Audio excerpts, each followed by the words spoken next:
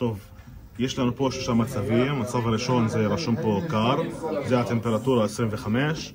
אם הוספנו את הטמפרטורה, יהיה לנו מצב קול, שזה קול.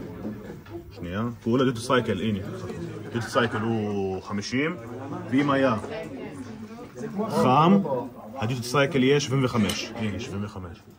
תודה רבה. ובקול, רגע, שיחזור לי קר, שנייה. בקר זה 25 הרמה שלו, 25 דיוטי סייקל, שנייה. קול עדיין. מה זה בשלב? حم عليه שנייה.